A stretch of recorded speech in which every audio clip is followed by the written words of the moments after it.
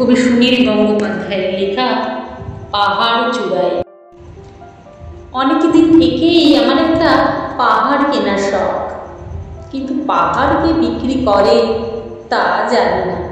যদি তার দেখা পেতাম, দামের জন্য আটকাতো না। আমার নিজস্ব একটা নদী আছে, সেটা দিয়ে দিতাম পাহাড়টার বদলে। কে না জানে পাহাড়ের চেয়ে নদীর দামই বেশি। পাহাড় স্থানীয়, নদী বহমান। তবু আমি নদীর বদলে পাহাড়টাই কিনতাম, কারণ আমি পড়তে চাই।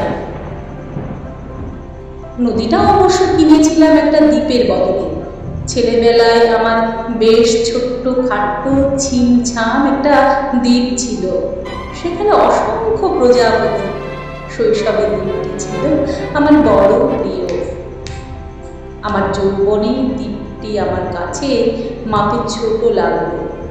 প্রবহমান ছিপছিপে তন্নি নদীটি বেশ পছন্দ হলো আমার। বন্ধুরা বলল, ওইটুকু একটা দ্বীপের বিনিময়ে এত বড় একটা নদী পেয়েছিস, খুব জিতেছিস তো মাইরি। তখন জয়ের আনন্দে আমি বিহ্বল হতাম। তখন সত্যিই আমি ভালোবাসতাম নদীটিকে। নদী আমার অনেক প্রশ্নের উত্তর দিত, যেমন, বলো তো আজ সন্ধ্যেবেলা বৃষ্টি হবে কিনা? সে বলতো, আজ এখানে দক্ষিণ গরম হাওয়া। শুধু একটা ছোট্ট দ্বীপে বৃষ্টি, সে কি প্রবল বৃষ্টি, যেন একটা উৎসব। আমি সেই দ্বীপে আর যেতে পারি না। সে জানত, সবাই জানে, শৈশবে আর ফেরা যায় না।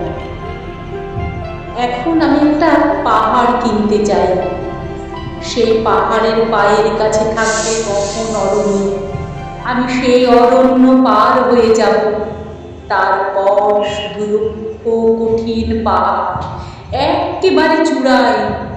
মাথার খুব কাছে আকাশ, নিচে বিপুলা পৃথিবী, চরাচরে তীব্র নির্জনতা। আমার কণ্ঠস্বর সেখানে কেউ শুনতে পাবে না। আমি ঈশ্বর মানি না, তিনি আমার মাথার কাছে ঝুঁকে দাঁড়াবেন না।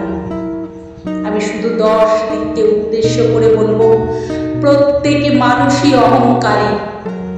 এখানে আমি একা, এখানে আমার কোনো অহংকার নেই।